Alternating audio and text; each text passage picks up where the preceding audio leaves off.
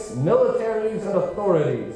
Jesus himself says in Matthew 11, I thank you, Father, Lord of heaven and earth, that you have hidden these things. Yeah, from now on, I'm charging double for Catholic weddings.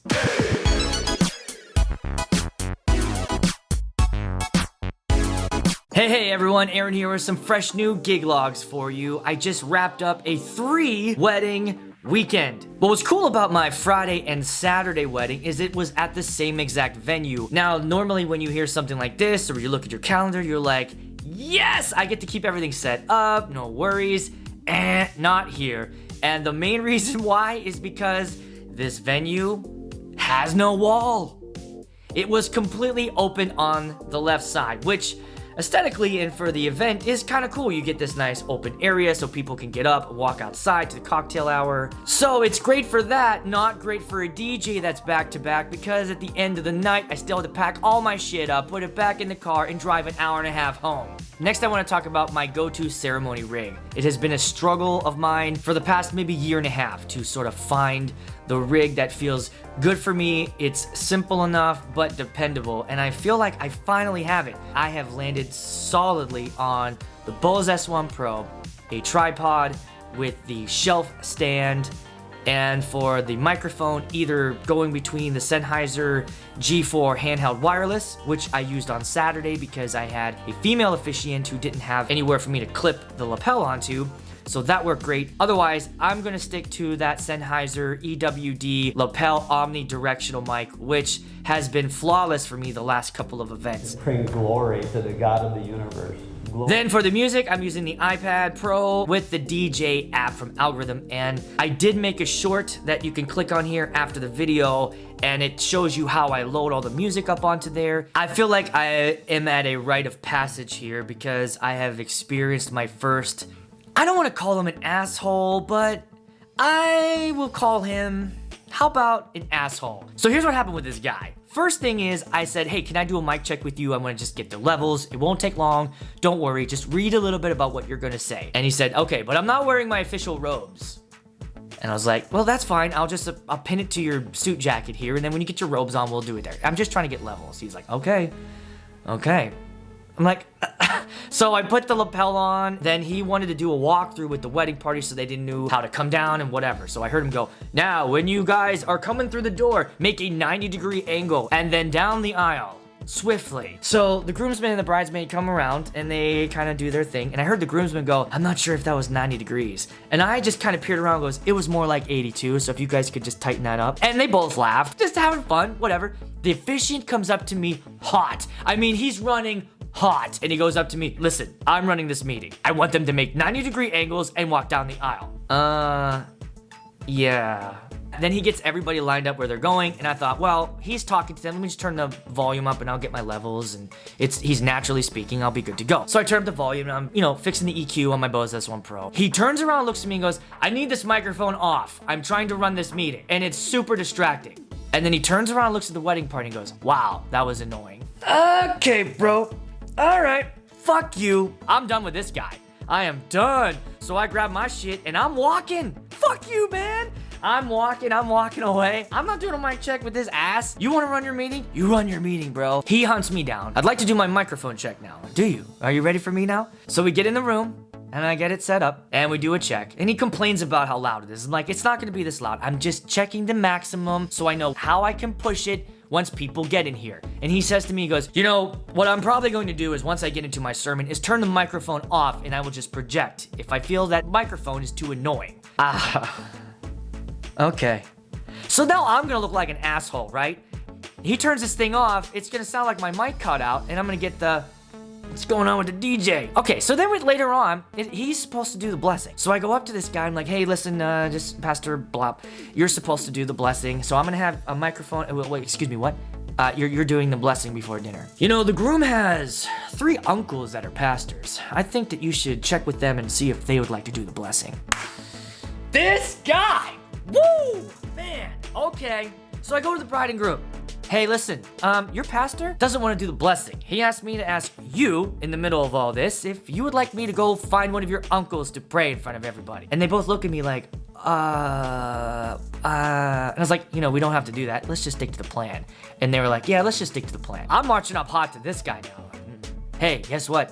You're doing the blessing, the microphone will be at your table, and I'll introduce you. And then, I don't know what the big fucking deal was, because the guy just read some shit out of his book. He opened his book and flipped to, like, the homily or whatever, and was like,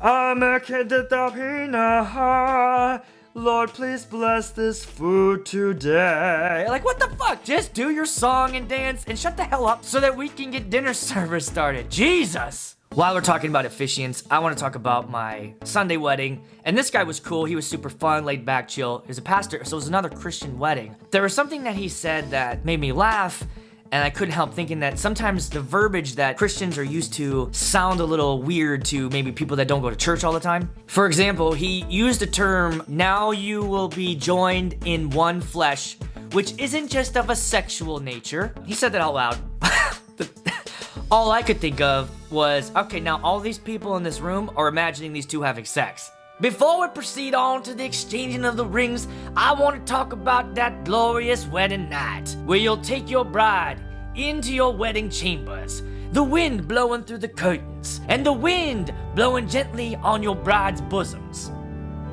The bride starts to notice that within the sheet, a heavenly mountain begins to arise, and just as Moses wrapped his fingers around the rod, so shall you, Kelsey, wrap your fingers around. It might be acceptable at this point for the mic to cut out. Next thing I want to talk about is something that hit me on my Sunday wedding. There were several different times where I was definitely going above and beyond, and I'll explain a couple of those things and then kind of talk to you about this thing that was in my head at the end of the night, right? Because look, you guys know there are things that we do, but nobody notices. For example, while I was going through the ceremony, I looked and I happened to see that it looked like there was communion set up. And so I talked to the officiant and said, oh, hey, are we doing communion tonight? He said, yeah, I wasn't told about this. I don't have a song picked out. They didn't let me know they were doing this. And there's nothing more awkward than a quiet communion. Well, earlier on while I'm setting up, I could hear them listening to music, and one of the songs on was 1,000 Years. I have an instrumental version of that that's perfect. I usually play for ceremonies. So I told the officiant, hey, if you don't mind, when that starts, I'm just gonna play that softly in the background.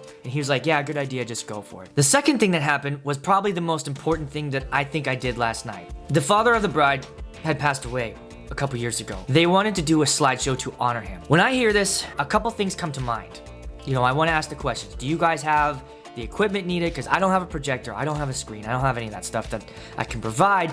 And they told me, yeah, we have the stuff. If you can just provide the speaker for the music, that would be great. And I'm thinking, yeah, sure, I can do that. But as I was packing up for Sunday, I know that sometimes people don't understand how AV equipment works, how a laptop connects to a projector. When you get a new Apple laptop, you just get USB-C. That's all you get. So I threw my adapter in my bag.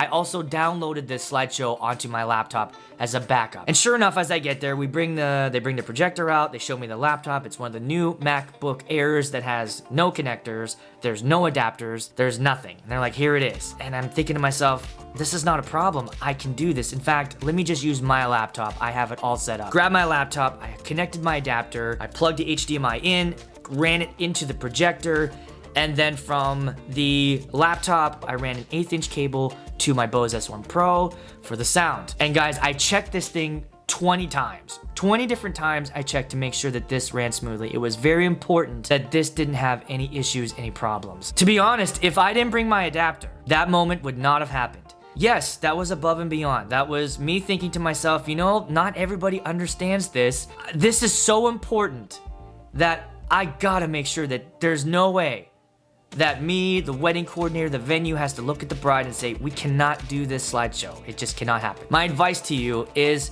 plan as if they don't have it covered. Because in this industry, there is just nothing better than for a client to come up to you and say, hey, look, we have this thing. Are you able to do it? And I know that we didn't tell you, and I know that it's last minute. And for you to be able to look in their eyes and go, I can make that happen for you.